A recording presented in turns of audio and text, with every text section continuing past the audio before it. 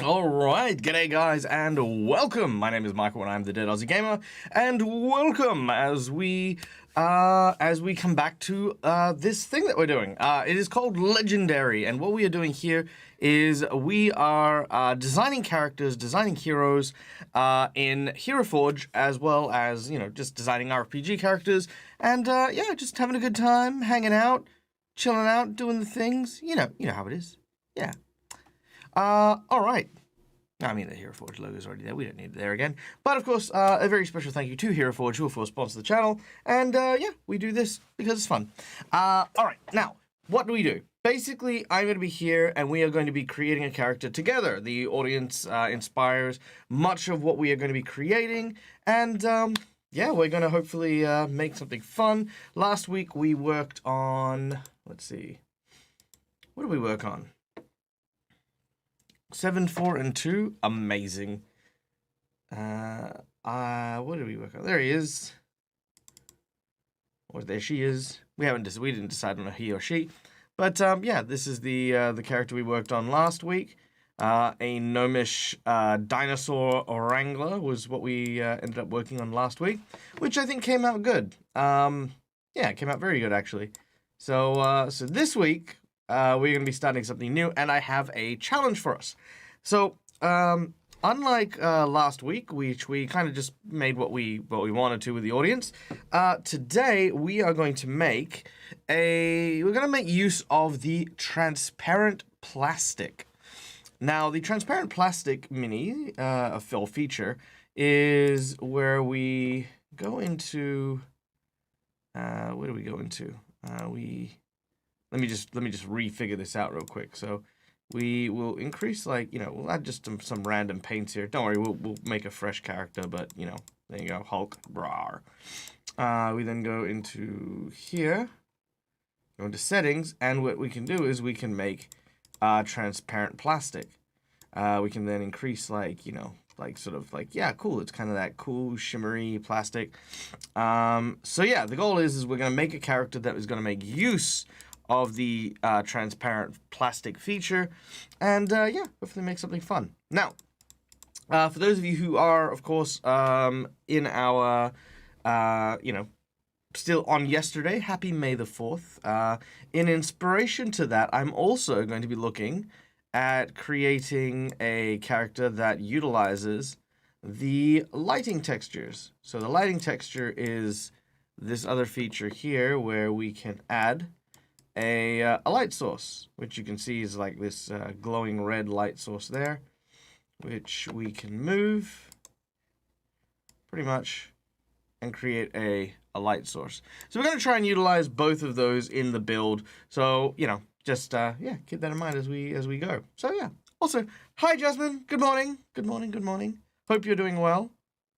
Do not save that. I don't know what that even was. All right. So, character concept. What do we want to play? What do we want to make? And let's get some music going. It's a little quiet. Let's get some tunes, yeah. All right. Let's go with. Hell yeah.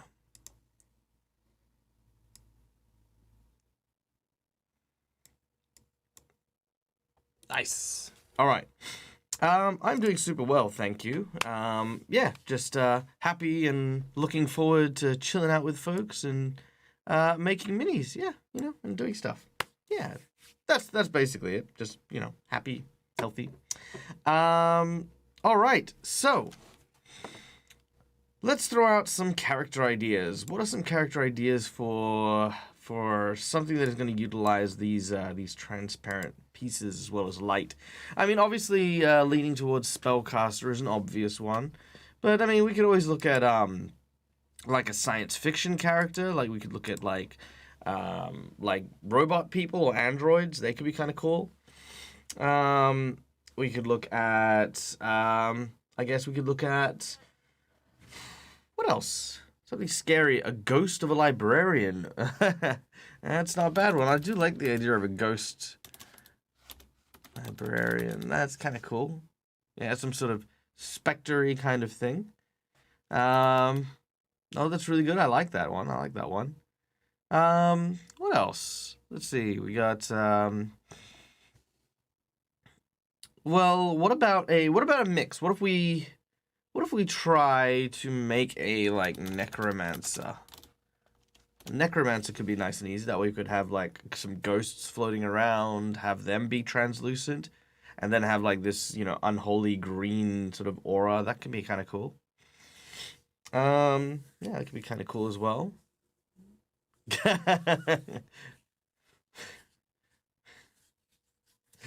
Let's see, what else? What else? What else?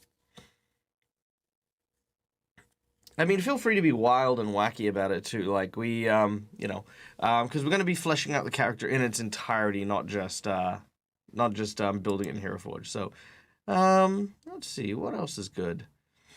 Um, hmm.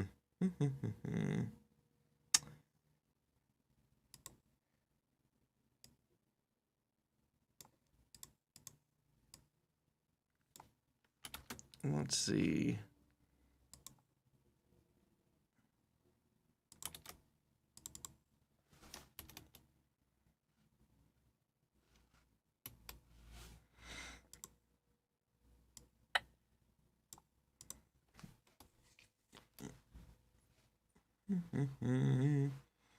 What about a water monk?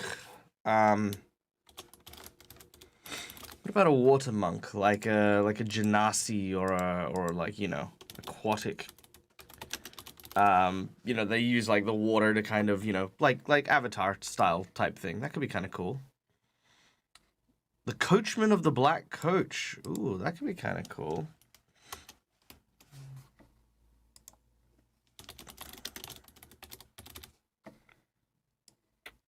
I mean, we could always do that with maybe the headless horseman as well, because that could be kind of cool.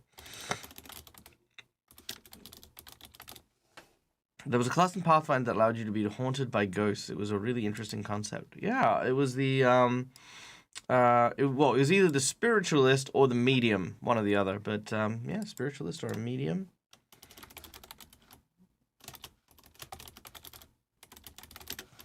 Spiritualist or medium. Those are good ideas. Those are good ideas. One more idea. So we've got the ghost librarian. I'm gonna say the necromancer slash spiritualist slash medium. They're kind of all in the same. Undead spellcaster of some kind. The aquatic monk, the black coachman or the headless horseman. Just one more idea, and then we'll do a vote for it.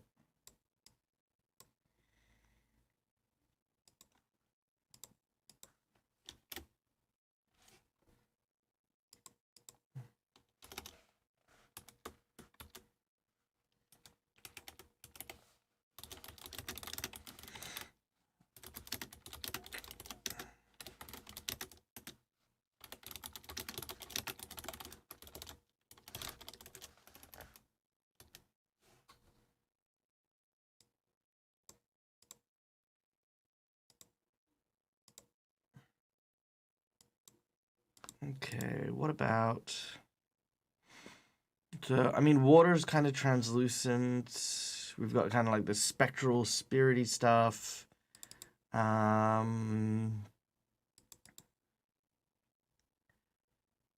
mean, just to be kind of obvious here, what about a fire something like a fire, like a pyro wizard, a pyro monk? I mean, kind of the same thing here.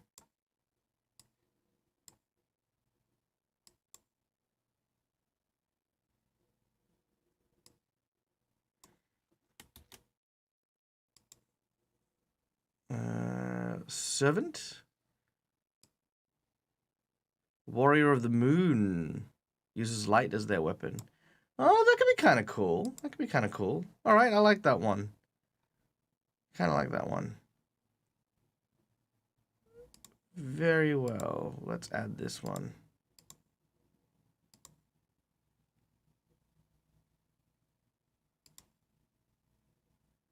Okay, Warrior of the Moon.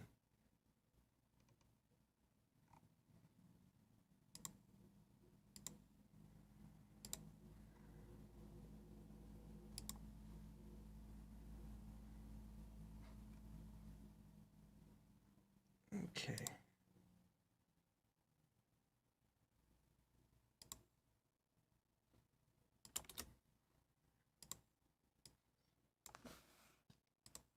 All right. Done. Okay, so here we go. Let's cast our vote.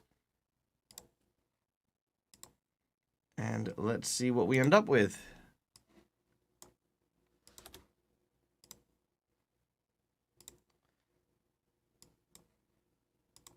All right. Now, just to make this super easy, I'm gonna make. Ooh, my internet's really chugging today.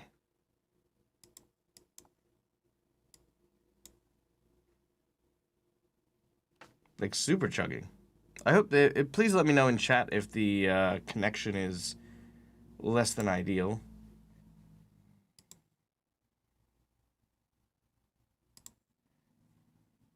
Okay, here we go. There we go. Stream manager. Manage poll. New poll. Character premise. We have Ghost. We have Undead Spellcaster. Oh, let's just say Necromancer. Medium. We then have the Aquatic Monk. Black Coachman. I'm just going to call him the Headless Horseman. Ooh, yeah. And the Warrior of the Moon. All right, there we go. All right. Vote has been cast. Throw in what you think. Throw in what you think it should be.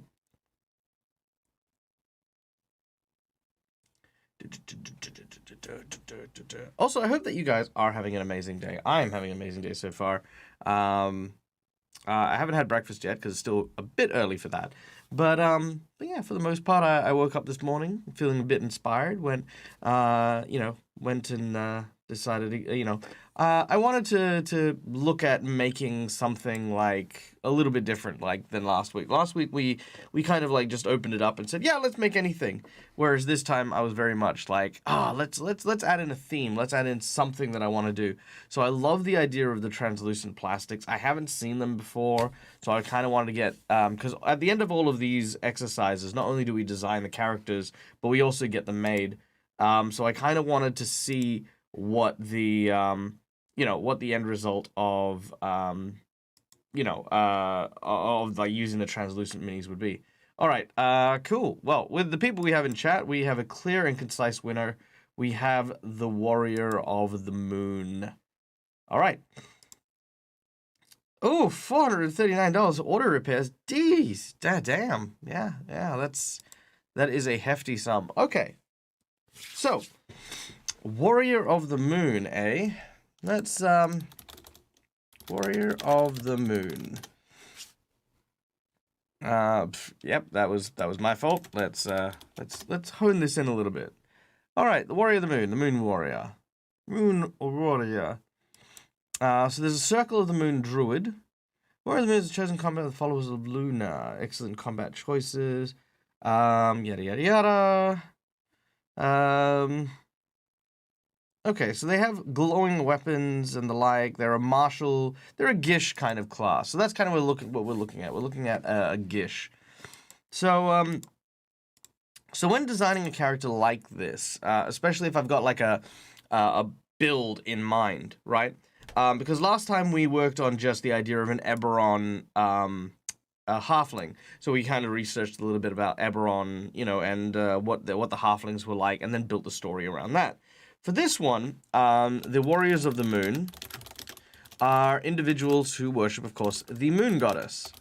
Now, I get a very strong tribal vibe, or there's a religious connection here, which directly affects how we're going to be able to build this particular character. As a Warrior of the Moon, the first question I'd kind of look at is, am I like the only warrior? Am I like the only person in my tribe that has risen to this power? Or am I part of a group that has done so? Am I part of like a larger church? So So I think for this one, that would be where I'd start. It would be, am I a unique hero or am I part of a organization? What do you guys think? Should our hero be a standalone champion chosen by the god of the moon, or should they be part of something bigger, something greater? What do you guys think?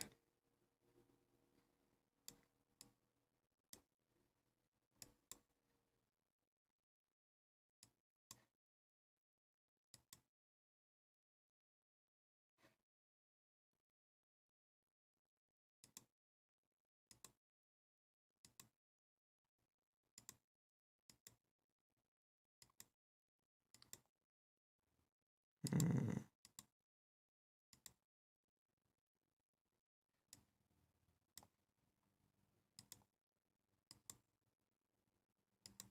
All right. I think I'm leaning towards having a unique individual. A reason I think the unique individual, yeah, as one protector, as part of the great whole, I think that's a good idea. I think if we make this warrior of the moon a unique individual, um, maybe even, yeah, maybe as Wolven says, like maybe starting the construction of a small organization, that could be a good starting point. Also, good morning, Connie Sideshow. Nice to see you. We are doing Legendary, which is an audience created character. We're building, we're designing, we're going to kind of flesh out and build in Hero Forge and then print them and then see what they look like. The theme of today is we're going to try and make use of the translucent plastic miniatures. So we've so far thus voted on a concept, and the concept is a warrior of the moon. We haven't decided race or any of that sort of stuff yet. Right now we're thinking that this should be maybe a founding individual of a like almost like a lunar knights academy kind of thing. Like this person should be like the person who kind of forged the path for the moon warriors, as it were. Okay, I like that. I like that. There's a lot to play around with here. Okay, so warrior of the moon. The first of the Luna Knights. They are establishing an order of some kind. Maybe not even an order. Maybe just a group of protectors. Maybe a guardian squad for like a druid's glade or something. You know what I mean? Whatever it is, there's a sign of of protection or war or the night guard, as it were. Yeah. So there's lots we can play around with that for inspiration. So when designing a character based on a PC class, right? Mood is based on the moon cycle. Yes. Well, I mean, we could. Actually, no, I'm not against that. That's actually kind of a cool idea. I like the idea that maybe like on a full moon they go a little bit crazy, and then when there's no moon they get a bit like sad and dejected. That would be funny. But yeah. So, what was I saying? Yes, when I create a character that is based on a class or a build and the idea, what I like to do is I like to take that idea and then deconstruct it to its barest elements. For example, with the Warrior of the Moon, deconstructing the idea of that is about like people who worship the moon. It's very religious, very paladin-esque. But of course, we then want to break that down and then build it back up to what we need it to be. In this case, we wanted it to be a guardian of a small village. Now, as always, we're going to go through our 3 top main elements of creating a backstory, which is what connects you to adventure, why join a group, and what is your character's drive. Now, the reason these 3 things are important is because what connects you to an adventure will make your character appropriate for the adventure they are coming on. If you're playing in an adventure where your goal is to go and kill a dragon, and your character is like, well, my character is actually on a goal to go and find his lost father in a sea that is far, far away, there's like no point in playing that character in this campaign, right? If you, however, say, well, my village was burnt down by dragons as well, I know what their threat is like, I'm here to help out because, these people are in danger of going into the same scenario that my village went through. So that's a good connection as to why you would be on this adventure. Naturally, because we're creating these characters in a vacuum, we can't answer that, so we're going to put that to the side. Second is why would this guy join a group? Well, I think that they would join a group because, again, they want to protect people. Maybe they are indentured, or not indentured, that's a bad word. Maybe they owe a life debt to someone in the group. There are lots of reasons why we can connect them to the group there. But the more important thing we're going to be looking at today is, what is this guy's drive? I want to hear some suggestions from you guys as to what drives our warrior of the moon. What drives them? Why do they go out? And more importantly, what differentiates this guy from a NPC? What makes them a PC? Are we connecting the legendary characters together? Not necessarily. I mean, if you can, if you want to, you may, of course. But yeah. Calendria, welcome, all the love. Welcome in, come in, sit down. We are building characters. We're designing characters, as it were. And once we design those characters, we're going to make them in Hero Forge, because it's fun. What we have so far is we have no race, no class yet. We have a concept, which is a warrior of the moon. We have that they are the first of an order of lunar knights that is trying to be established. And right now our question is, what drives this individual? What makes this individual get up in the morning and go out into the world? New subscribe. Thank you so much for your subscription. Welcome to the crypt. Your donations are so well appreciated. Every little bit goes towards keeping the lights on and, of course, making sure that I can provide wonderful content for you. If you have not done so already, go and check out my Discord channel. It's a great place to meet up with me, hang out, and share with me your ideas. There are a bunch of very, very cool people there. And always remember to tag me if you want me to see stuff directly, because... well, yeah, quite frankly, I want to, chat with people and stuff, but I have so many Discords that unless people tag me often, I'll be like, oh, no, I forgot to check my Discord. So yes, tag me, say hi, do stuff. That's the whole thing. All right.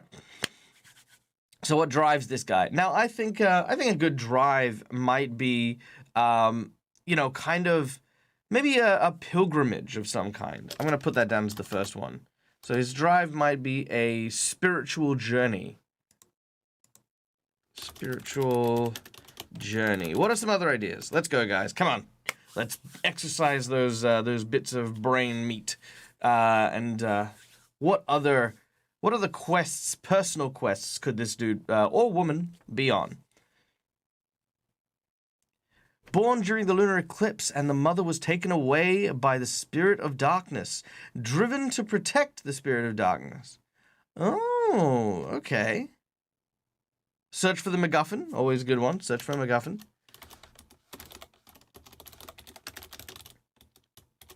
I like that one. Born during the lunar eclipse. That'd be interesting. Ties to darkness. That's a good one. Believes the moon will fall from the sky and has to stop it. That's a good one. Also, good morning, William. Good morning, good morning, good morning. Believes the moon will fall from the sky. That's a great one. I love that one. Okay. Now, I will throw in one last thing, just as we collect a few more ideas. And that is, for me, every good plot or every good story, whether you're a GM or whether you're a player, falls into 3 categories, right? Your goal is something you are chasing after, something you are running away from, or you are trying to hold your ground against someone trying to change an aspect of your life. Those 3 make up the fundamental principles of every good quest. Lord of the Rings. We have the One Ring. We are taking it to Mount Doom, and we're going to throw it in there. So you are going towards something. You have, say, the story of Bruce Banner and the Hulk. Bruce Banner has a lot of power. The military is after him, but he wants to have his own life. He wants to be on his own, etc., etc., etc., right? So all of these kind of things are important because, they make up the fundamentals of all stories. Calendria, they said that they're a moon. What? A moon warrior. So this could be anything. This could be an archer. This could be a swordsman. This could be someone who uses light-based energy weapons. Whatever the case is, yeah, tied to the moon in some way. Also, good morning, Falcon Wolf. Nice to see you. Great to see you. Does anyone know if we can disable captions or if they are running the captions? I don't know. Am I running captions? Can I run captions? Can I change that? I don't know. I hope that I am. If I can, I'd love to run captions. But I didn't even realize that was an option. I think I have to be a partner and stuff, and I need to have like 70 plus people watching every single one of my streams, and that is way too much stress. But yeah. All right, tied to the moon, moon-based warrior, yep. Michael gets a cool point. Yay, thank you. I like cool points. Cool points are awesome. Cool points are cool. All right, I think we got some there. Let's throw out a vote. Let's throw out a poll here. So manage poll. Here we go. New poll. Character drive. We have what's on my notes? The spiritual journey.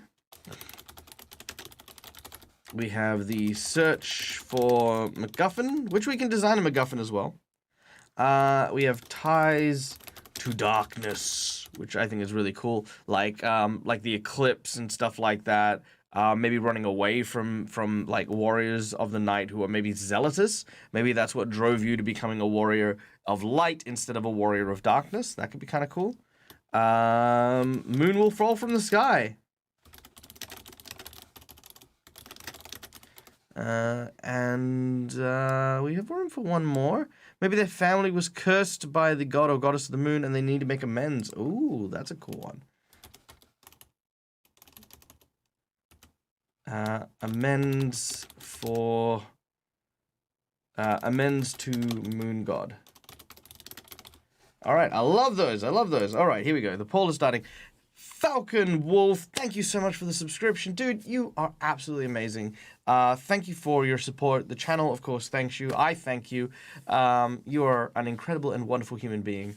Much like Calindria and all other subscribers, I hope that you and your dice have a most wonderful and unending string of good fortune and luck. All right, there we go. So we got the poll up. Hey, Met Brecker, thank you so much for the follow. Dude, welcome. If you haven't met me before, my name is Michael. I'm the Dead Aussie Gamer. I do live streams. I do creative little exercises. My day job is running games for kids at a local youth center. And on my off time, I do this. I'm a little bit weirder than some Twitch streamers. A lot of people are like, hey, we're going to carve out a living for ourselves in this space. I am just here and happy to be in the company of you wonderful people and just have fun. Yeah. So all the support and stuff like that goes to doing things like getting my lights replaced whenever they bust, doing stuff like that. So it really means a lot. Thank you for following. Thank you for checking out my stuff. And yeah. Let's see. She's chaotic and vengeful goddess. A little, maybe. We'll the next thing we would build in that particular scenario is not only would we look at obviously the relationship between this character and the moon god, but also what the moon god in that setting would basically be. You saw me at GaryCon and really enjoyed my character. Aw, thank you. Which character was that? And I'm playing facetious at the moment. I feel like I had one very outstanding character that I ended up playing. But yes, what character was it? Was it the one I'm thinking of, or was it a different one? Because I think I played a couple of games there. The Lumberjack. Yeah, loved my Lumberjack. Amends to the Moon God. Wow, that is a very clear winner there. Yeah, the Lumberjack. Nice. Aw, thanks. I love the Lumberjack. He was so because when I designed that character, I was thinking to myself, like, you know, what can I make that is going to be unique and what's going to be fun? And I thought, you know, what if my character wasn't like this big warrior out on an adventure? What if he just forgot to buy his wife an anniversary gift? And he kind of sprung up from there. Like, he was just this nice guy, had a little quiet family, and you know, I love the fact that people who called him a lumberjack, he's like, oh, I'm not a barbarian, I'm a lumberjack. You know, it was really funny. All right, so we have a goal here. We have a thing. This individual is making amends to the moon god. All right. Now, in order to make amends, we need to understand what went wrong. So what did this individual do in order to well, actually, you know what? No. Let's stop there. Here's the interesting thing. You don't need necessarily to have a reason as to why you pissed off the moon god.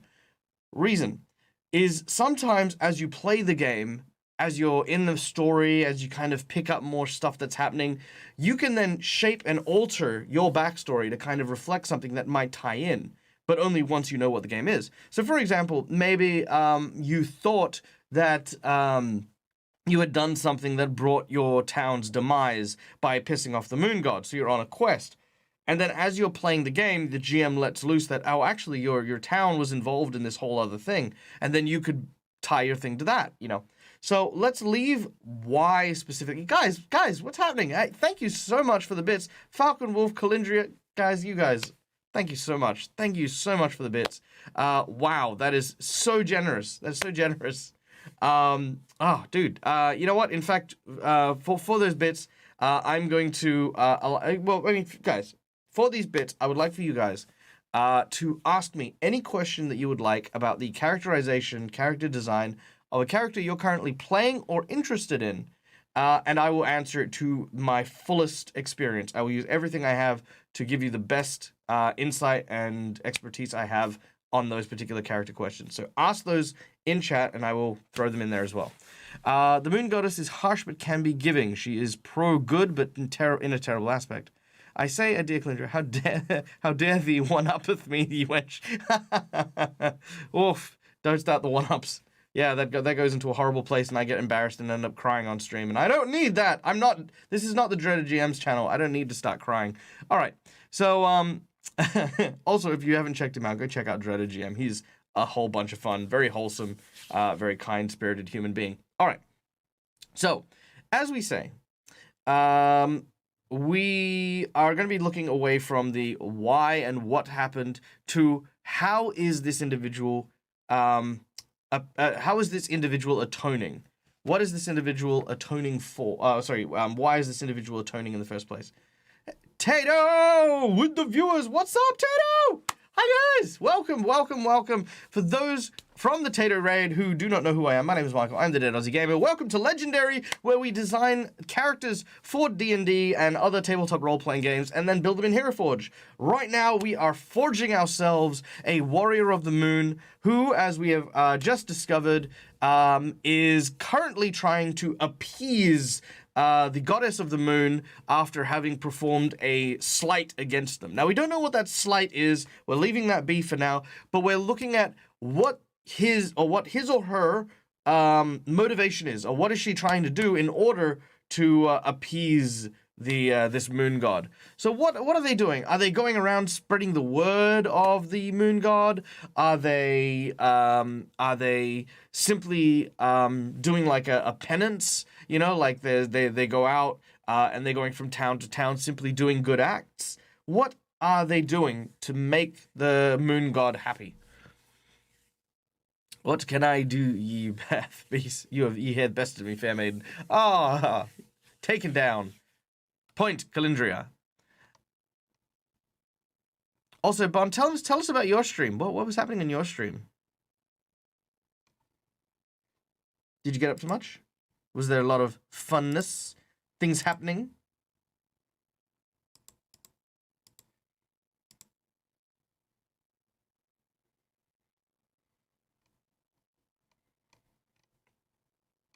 Okay. I think, gotta run, gotta work. Have a good one. No worries, Connie. Have a wonderful day. And, of course, all my love to you and yours on this most prestigious of May the 4ths for you. You're not finished till I see you are. So Twitch spazzed out. Oh, that's weird. Yeah, you haven't missed much. I love this character. We're dealing with technical difficulties now, and I'm on the phone with it all. I love you all. I'm so sorry. Well, hopefully your phone will start. Hopefully your internet and your technical stuff will start behaving. I've definitely been there myself. Anyone who's followed my channel knows that I have. It was showing me a feed from a different stream, yet here I am talking to you. Well, you know what? I am the stream so nice, you're watching it twice. All right. Oh, that was terrible. Oh, that was awful. All right.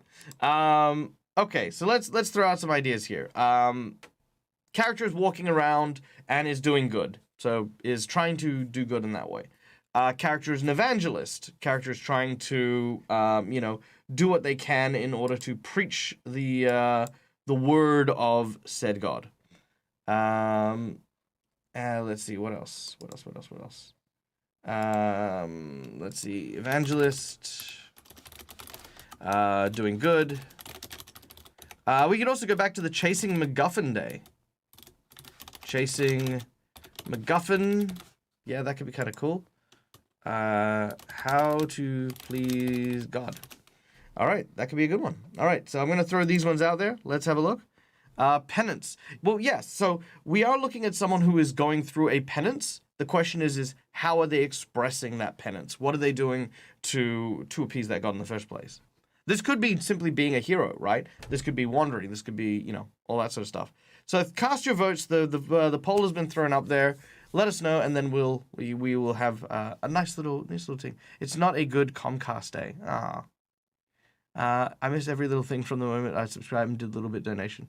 All right, so from where you left off, we got raided by Tato. And we... Dark Souls... and we got to find out that Bon was playing Dark Souls while he was drunk. Which I feel like is one of the only ways you can really enjoy Dark Souls, to be honest. I see people playing it, and I always get asked, like, hey, you should play Dark Souls. I'm like, yeah, I should, but, I mean, my computer is very expensive, and I don't need to put my fist through it. So there's that. All right, we're seeing a lot of going towards the evangelist thing. Lots of going towards the evangelist thing. Yeah, okay, I feel like there's a clear and concise winner here. All right. All right, poll is almost ending. Okay. All right, I think with a staggering 65% win, we're going to make this guy an evangelist. All right, cool.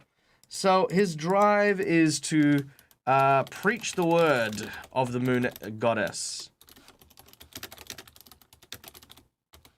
God or goddess, either or. Leave in chat, what would you prefer? Is it a female god or a male god? I think that's important. All right. Now that we've got the idea of what this person is and what their drive is, okay? The next question is, female. There's lots of females. Okay, so female god, done. Oh, goddess, yes. Good, done. All right. So now that we have a characterization that's come from the basic premise of being the warrior of the moon, now we're going to start adding in those little elements that are going to help us shape the character both visually, mentally, and personality-wise. So the first step is male or female. What are we going to be playing? And race. Male, female, and then race.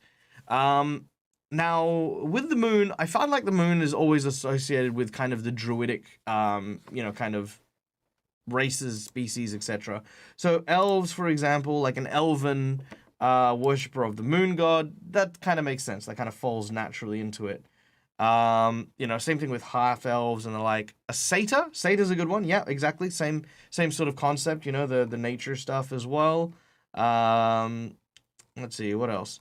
The anthropomorphized wolf people, so like the lichens and the like.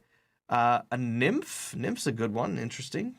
Female moon elf. Yeah, moon elf. Again, going back to the elven thing. Tabaxi, the cat folk. That's always a cool one. Love the idea of these big moon-like eye discs. That could be very cool with the moon and the reflective eyes. That could be very cool. Again, the satyrs, which were mentioned earlier on. So the satyr would definitely be an interesting one. The Furbolg, I think, would also be a good one. The Rougarou, yeah, the Rougarou. You do like your Rougarou, don't you, Wolven?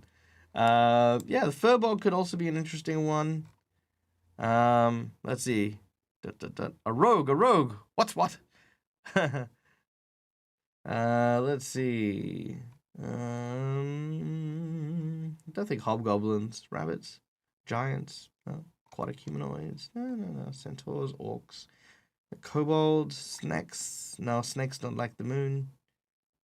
Okay, demon, fox, bear. Aliens. No. All right. So we got a couple. We got a couple there. So I think from what was discussed, I think my favorites would probably be. Let's have a look. My favorites here would probably be. I like the elf. The moon elf is a good easy one. I do like the. It's Cajun, I believe, for the Rougarou. The Rougarou is a French Cajun lore creature of a kind of like an undead werewolf that would like kind of it's kind of a weird thing that lives in the bayous of America. All right, so we got the elf, we got the wolfkin, we've got the catfolk. I like the fawn. And what was the other one that I really liked?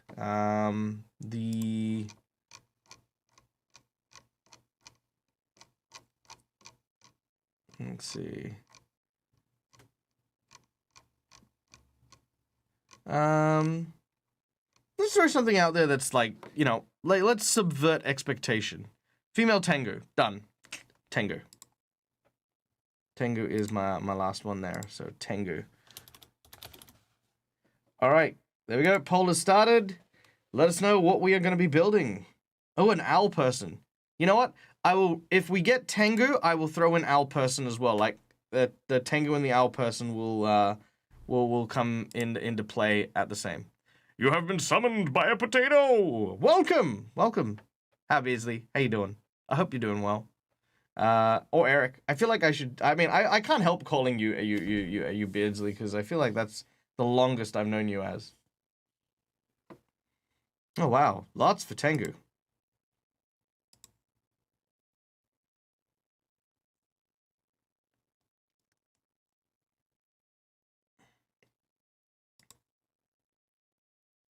Loads for Tengu. All right.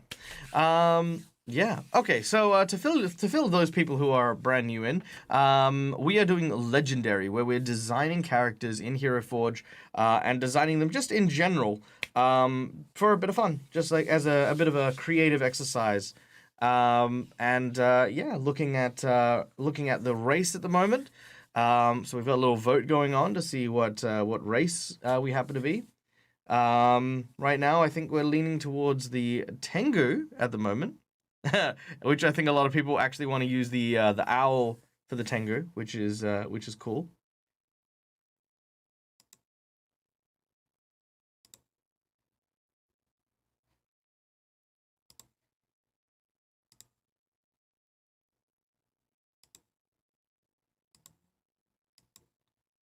Call her Hoot Hoot or Floof.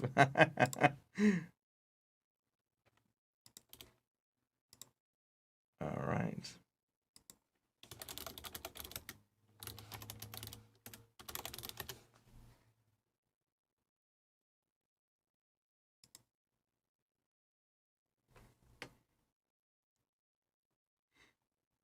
All right.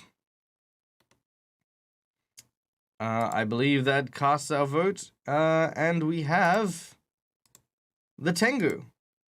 Now, was it uniform that everyone wishes for for this to be an owl person? Just say in chat, like yes or no for the owl person, and also owl person, and then male or female. Throw them out there. Male or female, and then if it's an owl person or a Tengu.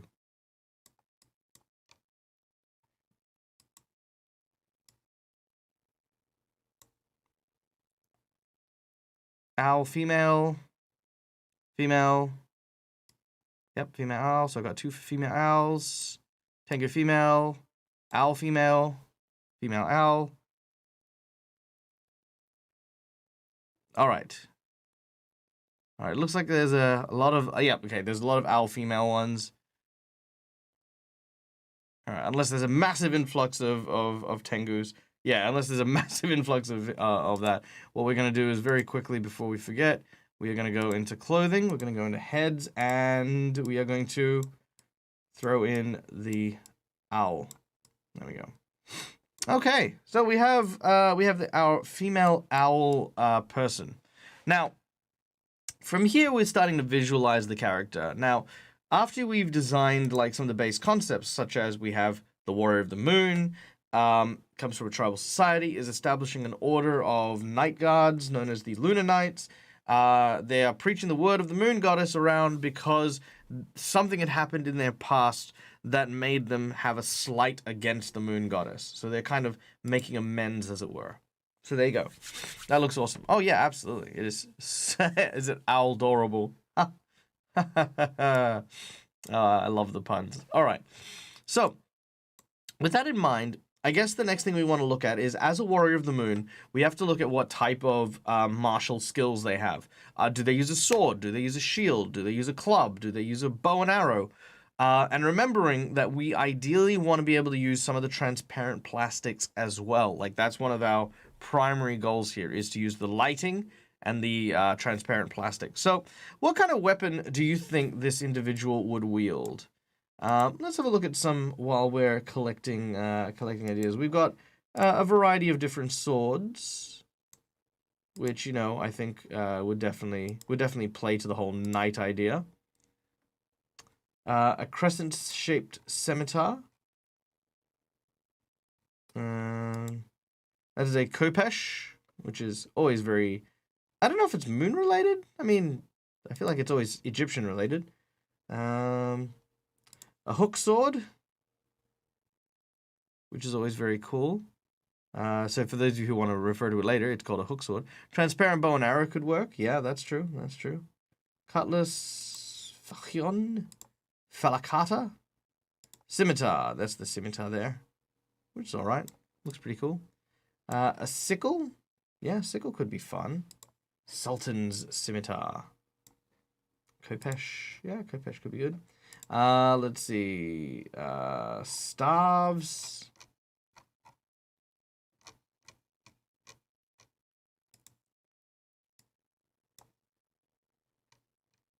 Could look all right. So yeah, we've got some staves that could be good. Some shields. I mean, yeah, depending on the type of weapon, could have a circular moonish shield type thing. You know, just something.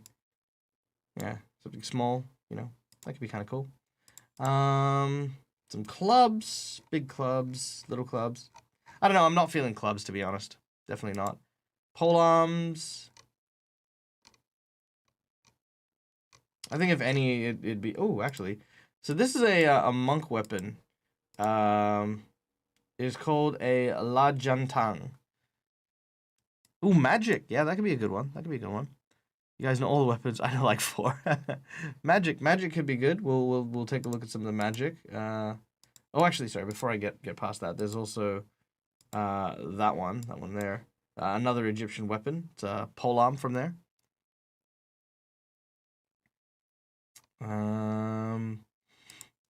This is another Chinese weapon used by Zhang Jiao, I think. The monk spade, another classic. Yeah, okay, so a couple there. All right, now spell casting is always a good one. And what we can actually do potentially is, depending on how we shape it, is we could utilize some of the magic and like really make some of this stuff pop.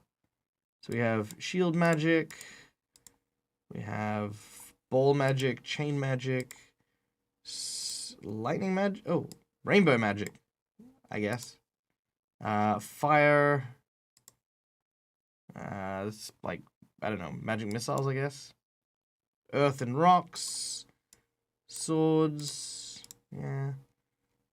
Anything moony? Nothing really moony based, I think. Okay. So I mean, I like the magic angle, but I think we need to go through there. Boss sent us home early because of our local flooding. Jesus, yeah, okay, fair enough. Well, welcome. We have a owl person warrior of the moon is what we're building. We're trying to use transparent stuff, and we're trying to use lighting-based stuff if we can. The character has slighted the god of the moon and is now on a pilgrimage to spread the word of the goddess of the moon and recompense for them. All right. So let's do another poll real quick on the weapon. I think we got a few good suggestions here, so let's throw this out there. Manage poll, new poll. Weapon. Okay, so we have, let's see, scrolling up.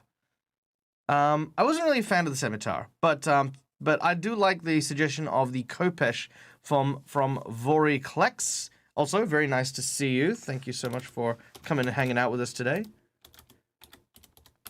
All right. Tagala. Ooh, is there a sickle? Let's see if there is a sickle. Because I do like the idea of a sickle. There's a war pick. Ah, yes, a sickle. Ooh, you know what? I do like the idea of a sickle. If for nothing else, it's an unusual weapon. It's something you do not see very often. So I'm going to throw in the sickle there. Thank you so much for that one, Tagala. So sickle is throwing in there. What else? Let's see. What have you guys said? Bow and arrow. Yeah, I like the idea of a bow and arrow. I think we can do a lot with bow and arrow. Let's just have a quick look at some of the bows and arrows here.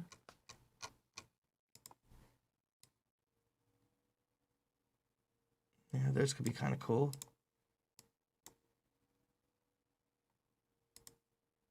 I don't hate that.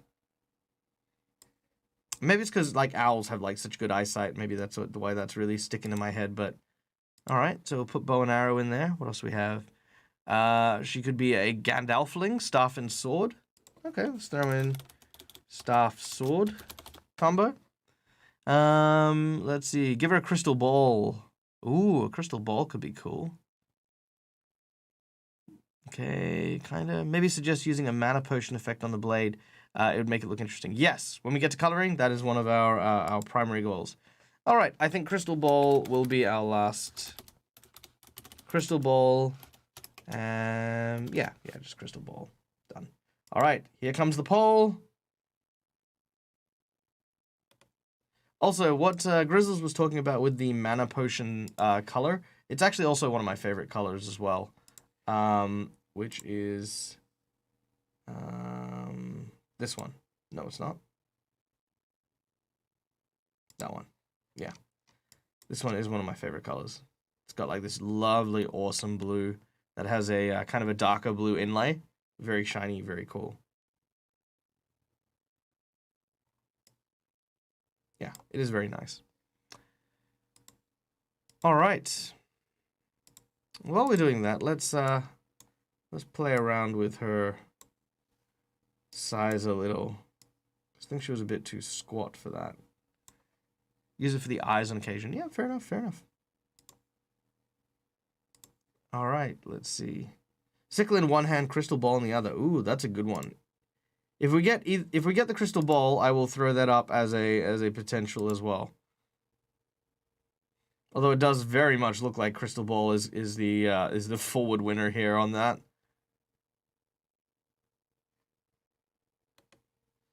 All right. Well, crystal ball looks like it's going to take the win there. So let's find a. There we go. Crystal ball. Okay. So let's throw this out there. Crystal ball and sickle. All right. So sickle yes or sickle no. Because, I mean, one thing I can actually do is I can pose it so that maybe it's like holding the crystal ball in its hand. Let me show you a really cool feature of Hero Forge here. Now, I clearly don't have a problem. I do. But there's actually a Facebook group called Masters of Hero Forge. Definitely go and check those out, because what you can do is you can actually find these poses. And then you can actually, if you are signed up to the pro account, you can import the pose. And then what you can do here is from here is you can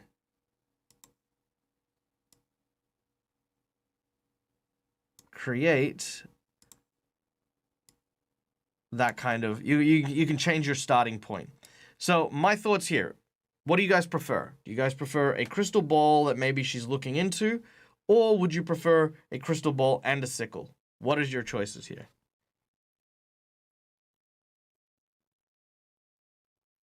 What are you guys feeling? What do you vibe?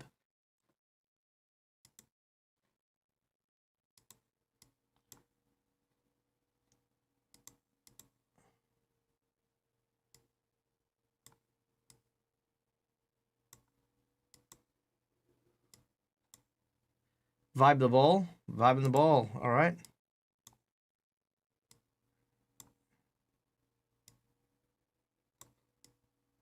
Both? Both. Both is good. Okay. Both. Ball and sickle. Okay, cool, cool, cool. That's definitely coming through loud and clear. All right. So, what we can do here is let's get the sickle in that hand. Let's play around with the pose a little bit. Maybe have...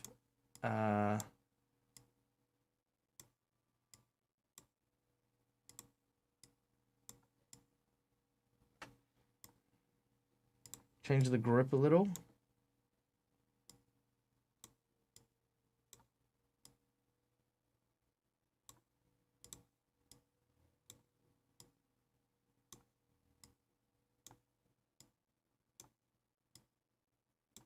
There we go.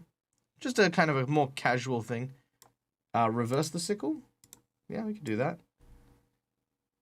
Yeah, absolutely. Yeah, 100%. We can do that. All right. So we've got our idea. Now we can start working on, like, you know, building around this. Now, why did I decide the pose first rather than anything else? Well, because this character is very martial, physicality is such an important part of what makes this character. So before I even decide the costume, I want to know what she's going to be standing like, what she's going to be kind of looking like, which also include things like the posture, like standing completely upright, hunching over a little. I think maybe just a, you know, not necessarily like, hello, you know, just kind of a little hunched over, like not too much, not too low. How heavy set? Do we want a large owl, floofy owl? Do we want a skinny owl? Somewhere in the middle. What do we feel? Power pose.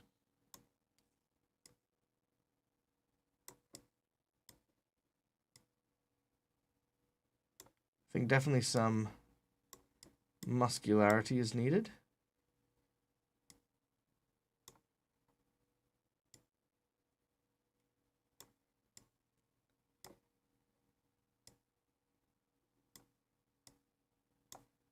Middle-ish, leaning towards the light size. Okay. Smaller side of average. Okay. So let's... Now, keeping in mind, my version of average is real average. It's not like Hero Forge average. Because I like the fact that I am quite pudgy. Low, middle, some larger. Okay.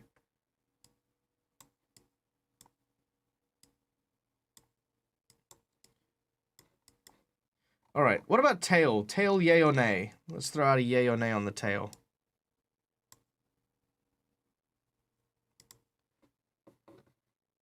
Just gonna move that shoulder a bit.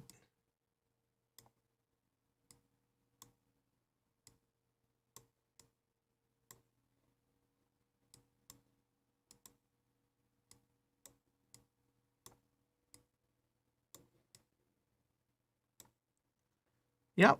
Okay, cool. That looks, yeah, that looks quite nice. I like those proportions.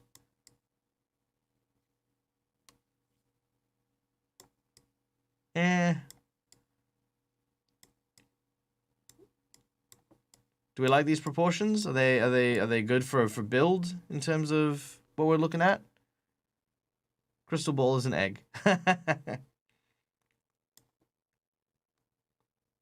Honestly, I'm leaning towards no tail, but only just. Okay. Well, how about, yeah, okay. How about we say no tail, and then we'll add one back in if we want one back in. That I think is going to be the best way to handle that. So no tail for now. All right.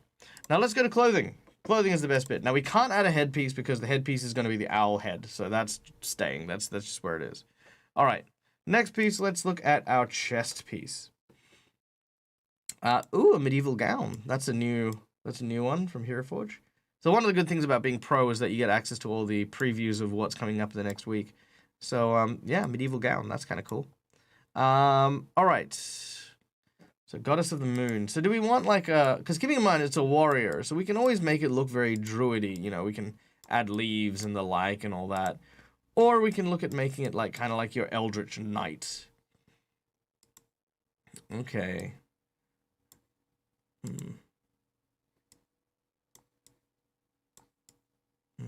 No, I'm not a big fan of that one. Let's see. Any suggestions? Light armor, heavy armor, shawl, shirt. Any thoughts on what I should be looking for here?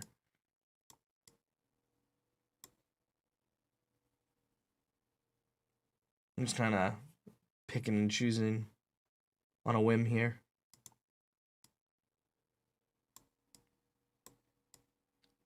That's kind of cool. Not too ridged, yet not too slumpy.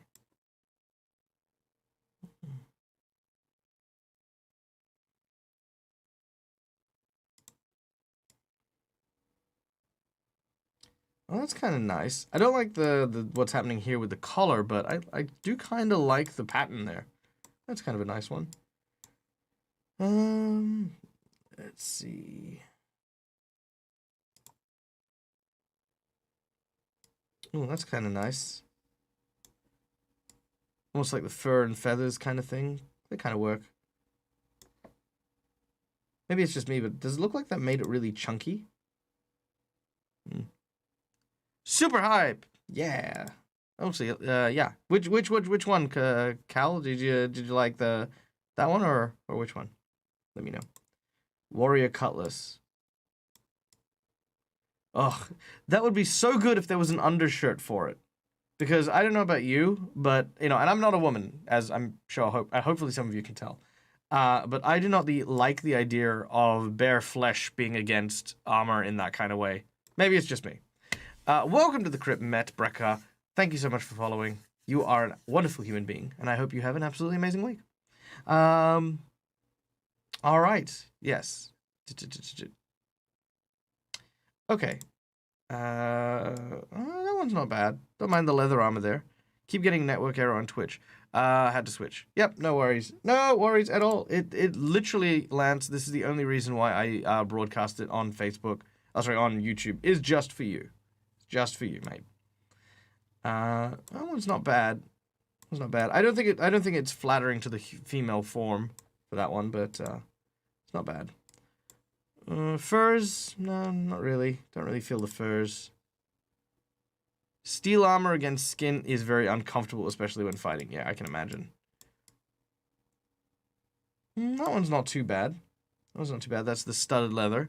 Thank you for following Tiefling CIA 35 and a new subscriber. Oh my god, thank you so much to both of you. Tiefling, welcome. If you haven't met me before, my name is Michael. I'm the Dead Aussie Gamer. I do role-playing game stuff. And on occasion, I sit and do creative things with you guys in the audience because for me, my channel is all about audience happiness and well-being because I love hanging out with people. I love getting to meet people in this crazy, weird space we call role-playing. So welcome, and I hope to see you around and get to chat with you and do some cool stuff. And of course, thank you so much, Met Brecca, for the subscription, dude. Seriously, every single cent goes towards making this channel chug along as it is. And yeah, always feel free, if you have not done so already, come and check out my Discord. It's a great place to hang out with myself and some cool other people. And of course, anytime you want to chat with me about stuff, whether it be your own campaigns, your own stories, and the like, it is a great way to reach out to me. I am a professional game master. I have like 10 to 15 games a week, which I have done so for the last 6 to 10 years. So anytime you have any questions and stuff like that, or any concerns about role-playing, feel free to hit me up, because I will probably make a video about it on my YouTube channel, because that's literally all I do, because I love it. Ooh, that one's not bad. That one's not bad. Oh, hang on a second. Ooh. I've dropped in, and the first thing I see is Hero Forge. I'm absolutely sticking around. Awesome. Thank you for following Voriclax. Thank you so much, and thank you for the suggestions for this. This is this is just a lot of fun. I've only just started doing the Hero Forge legendary thing, and it's just as much about character designing and good practices from there as it is about playing with this cool Hero Forge stuff. So there you go. If you come to the Discord channel where you can share your own Hero Forge creations, yes, I do have my own Hero Forge thing.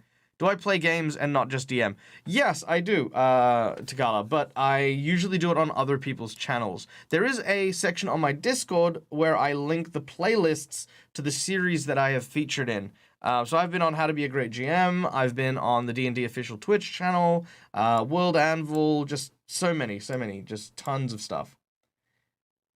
You know what, to be honest, I'm kind of vibing this one. I really am. Like, every time I look at a new bit of clothing, I'm just like, no, I really like this one. So I think I'm gonna go with that. And then as for pants, ooh, medieval gown. That's kind of cool. All right, pants ideas: shorts, skirts, long pants, or armor. What do we think? Throw it out there. Let me know.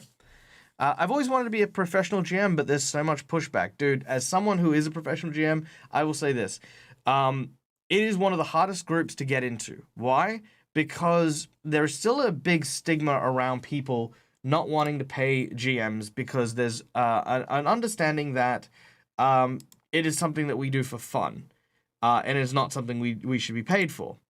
I don't believe that's true. I definitely believe it is something we do for fun. I believe... Ooh, that's actually really nice. And I might, depending on how we go, I might change the claws to actual boots. Then maybe we could, look at adding some really cool shoes there. But anyway, I was saying, the big stigma around that is what defines the difficulty a lot of GMs currently have. It gets to a point where people go, well, I mean, my friends do it for free. Why would I pay someone to do it? The truth is, the reason you would pay someone to do it is because some people are professional entertainers, like myself. I'm an actor trained for 8 years before I actually started GMing and the like. I do tons of voices and character development stuff, and I put a ton of effort into my particular campaigns. So for me, that's where I kind of look at my value for money is quite good, but you then need to justify that to other people, which is where it gets difficult. I'm just a mercenary. I feel like a mercenary. I'm a ringer. Everyone calls me up and it's like, hey, Mike, come play on our game. And I'm like, yeah, sure, totally. Ooh. Oh, that's pretty cool. I like that. What do you guys think of that one? That one is the Warlock skirt. The Warlock skirt. Yeah, that's pretty cool. I like that one. Ooh, that one's also pretty nice. The Electric Priest. Oh, man, all these skirts are nice, actually. I like these ones. Scaled skirt. Is there a scaled skirt?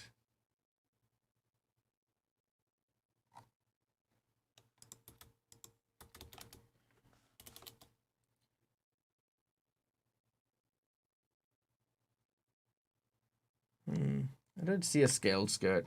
I think that was just the skirt, maybe from before. Let's see. I was DMing for tips before the world crashed, and it was awesome. Yeah. I mean, yeah, it absolutely is. My biggest recommendation for any professional GM is try reaching out to areas that look at community health and well-being, right? What I do is I work with kids at my local youth center, and I work with kids who have social anxiety and the like, and that is one of the big things that I focus on is mental health and well-being. Because of that, I got given a job at for local government. So do the same thing. Try and find where people really could benefit from getting into role-playing games and approach groups for it. Approach youth centers. I know it's going to sound horrible, but approach prisons and places where these kind of things are absolutely needed. And you'll often find, oh wow, that's the one, right? That has to be it. Yeah, scale mail leggings. Yeah, that's really cool. I started with my tip and it crashed. All right. Oh, thank you so much for the subscription, Tiefling. Yeah, dude, you are absolutely amazing. I hope that your dice roll you the most interesting of rolls for the next whole week. Everything you donate goes towards keeping the channel alive, making sure that we're healthy, happy, and fed. The lights don't explode and all this other stuff. If you have not done so already, please go check us out on our Discord, where you can come and reach me. If you do reach out on Twitch, it is a wonderful place to, sorry, not Twitch. If you do reach out on Discord, make sure to tag me. It's a wonderful place with tons of really cool people. And yeah, it's just a really nice community. All right. The tip: ask at places where role-playing games are going to be of value. My local youth center is where I went, but there are also places like children's hospitals, prisons. I know it sounds horrible to say prisons, but you know what? It's actually really good for rehabilitation, and a whole bunch of places that promote mental health and well-being. RPGs sell themselves, you know, and that's one of those big things. CBS Sunday Mornings had a piece on D&D for troubled youths a year or two ago. Yeah, absolutely. It is such a powerful tool that can change people's lives in its entirety. So, yeah, reach out to different places, you know, and you'll often find there are tons of organizations yearning for something like RPGs. Yeah. All right. Now, the biggest question that I've got to ask is feet. Do we want regular feet or do we want the kind of bird feet? What do we want? Throw it out in chat while I explore neck pieces. Ooh.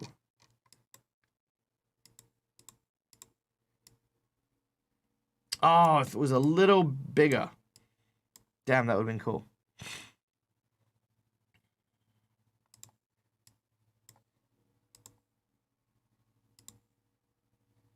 Yeah, I can't see any of these. The head's too big. Okay, yeah. Well, I tried. Bird feet. All right, I got one vote for bird feet.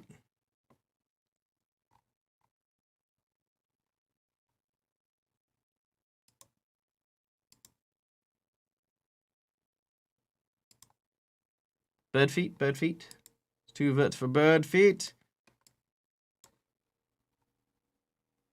If I had talon feet, I would use them. Yeah, sure. Well, you know what? Talon feet. Oh, yeah. That one I like. I like that one.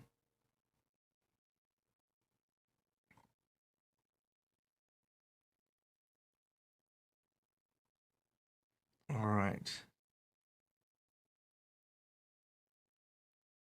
Okay, very well. Talon feet it is. Now, let's just see. Can I add spell effects to the crystal ball? I cannot.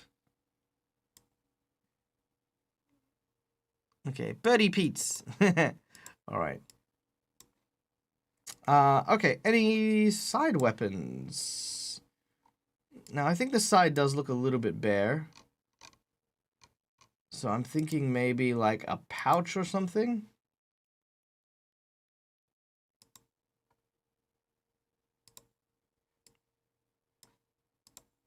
Or maybe a scroll. I mean, what do you guys think? Do you guys think the side looks a bit empty? Maybe a book? Oh, that's a bit big, isn't it? A wand. And these are really big. Potion bottles. Oh, you know what? There's actually... That reminds me, there are a couple of really tiny potion bottles, which are adorable. Human heart. Yes. Maybe a whip. Ooh. A zip! Also, hello, Soteris. Welcome, welcome, welcome. Soteris, your subscription has been renewed for another month. Thank you so much. Your support is always appreciated. Your presence and your friendship are truly cherished. A scroll, you say? A scroll could be good. Yeah. Ooh, I do like the scroll. I do like the scroll. But I'm trying to find... Yeah, there you go. Double potion bottles. What do you guys think? I think... I like that one. That was the one I was looking for. So what do we think? Scroll or the potion bottles? I think both look really good. But what do you guys prefer?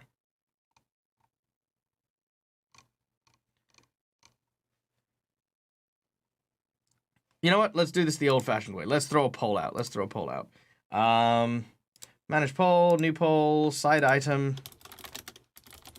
Let's go with scroll, potion bottles, whip, I think was another one suggested, and let's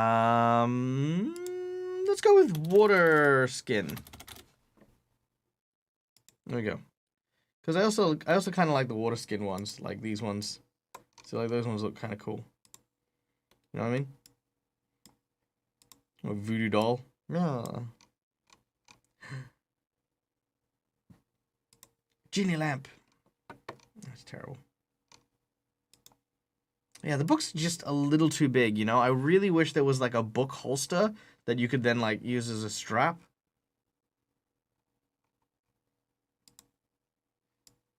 Drinking horn? Drinking horn could be good. If you like the drinking horn, we'll throw them in with the water skin as well. All right, what are we at?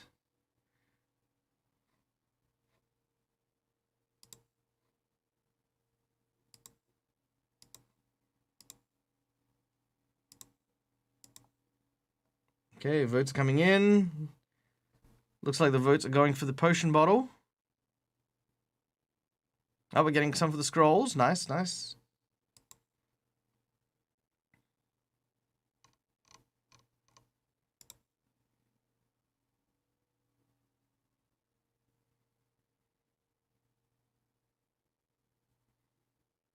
Scroll, scroll. Okay, nice, nice. Okay. All right, looks like we've got like 2 for the scroll and we've got 4 for the potion bottle.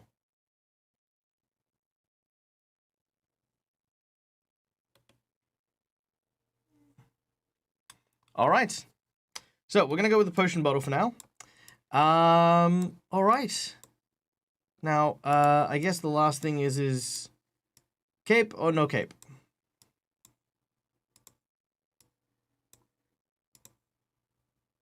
Cape or no cape? That's kind of cool.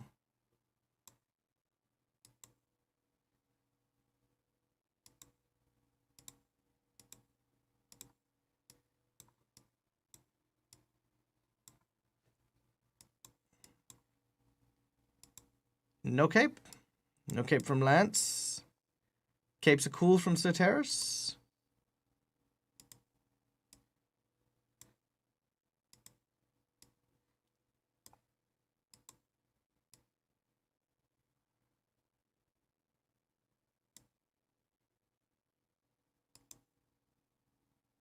Any other short, ragged cape? Kind of like that one.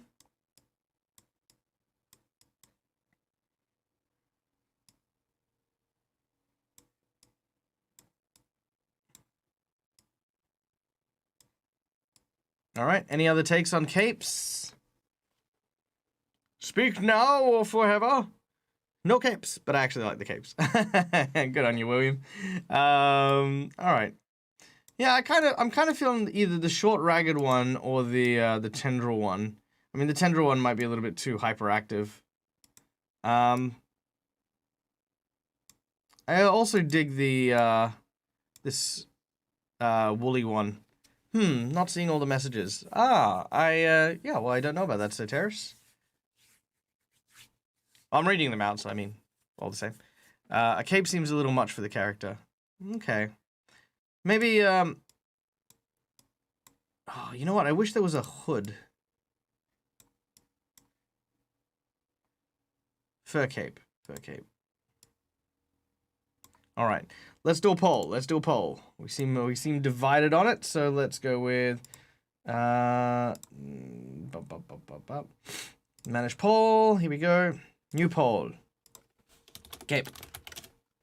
Okay, so no cape. Short ragged cape.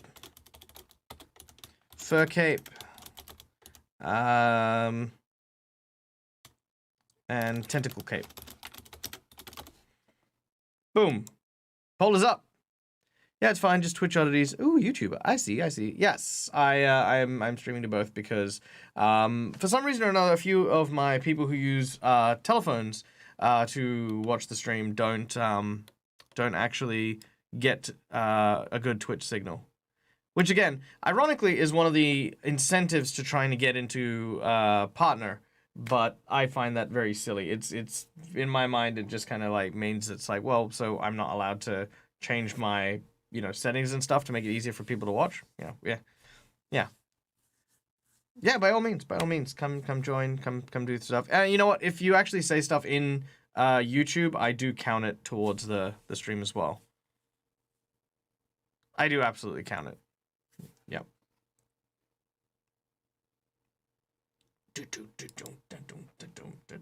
Let's change some music up.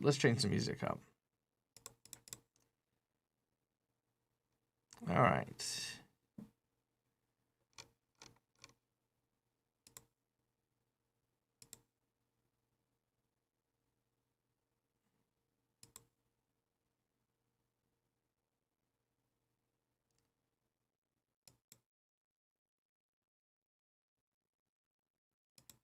Sorry. 1920s broadcast music. Love it. Nice. All right. I should show you my Hero Forge Owl Cleric. Oh, yeah, Doctor Who. Nice. All right, let's see. What do we have? Let's see. Where does our poll leave us? We have no cape. No cap.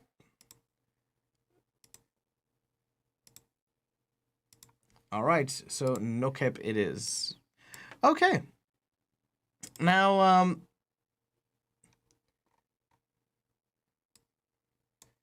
I just want to have a look at this just to kind of see what that looks like. Yeah. That looks very majestic, but I don't know if that's I don't know if that's if that's necessary or not. Diablo Bob, hey man, what's up? So good to see you, dude. We are building characters and we are designing them in Hero Forge. So we have made a Moon Warrior, who is currently trying to atone for a slight against the goddess of the moon by becoming a servant and evangelist. They are, just out and about on quests, doing cool things, which obviously was made by our wonderful audience here. And we're just playing around in Hero Forge, characterizing them now. Okay, so here's the next step. The next step is colorization. Now, how do we want to color this individual? Now, I don't like using themes and colors and stuff like that, so I'm going to ask you guys in the audience, what color palette do you think we should go with for this particular character? Let's start with their skin tone. Do we want them to be a particular type of owl? If so, I can Google what type of owl that is, and then we can go from there. I know, for example, I've always been partial to the kind of owlbear, the traditional owlbear colors.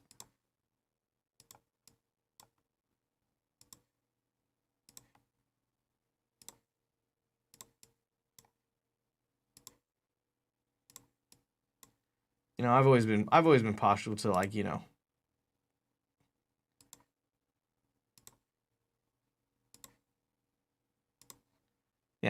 Yeah, that's it. Careful, Hero Forge is super addictive. Oh, tell me about it, man. A white owl has been suggested. Okay, so let's have a look at the white owl. Maybe that's a little. There we go.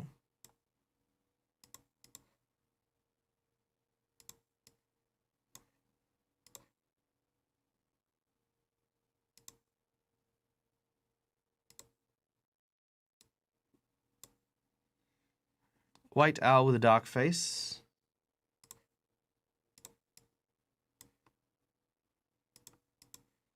All right, let me have a look at the. Let me Google some owl faces.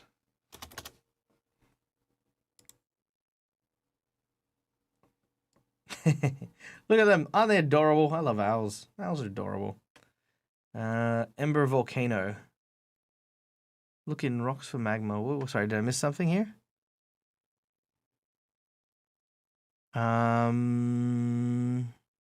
Snowy barn owl.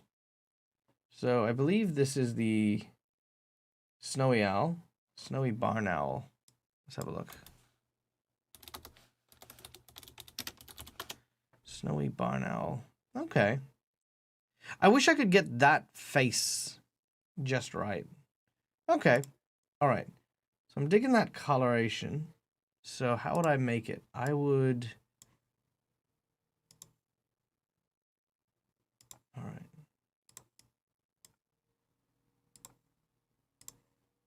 Okay. Maybe I would do it this way.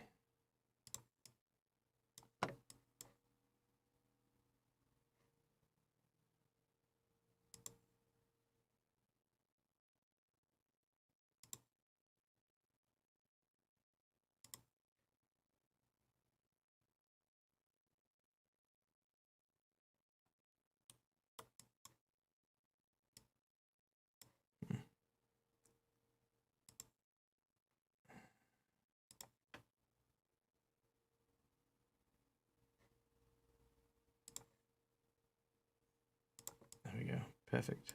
No, that's good. That's good. And then just a little bit of that. Need a tiny bit more yellow. Not that much yellow. Yes. Perfect. Okay, there we go. I think that is Tawny frog mats. I love Tawny frog mats. We get tons of them here in Perth, and they are amazing. All right, I kind of like that. Kind of like that. Yeah, that's kind of cool. All right. Sweet. All right. Now, as far as eyes go, that is horrifying.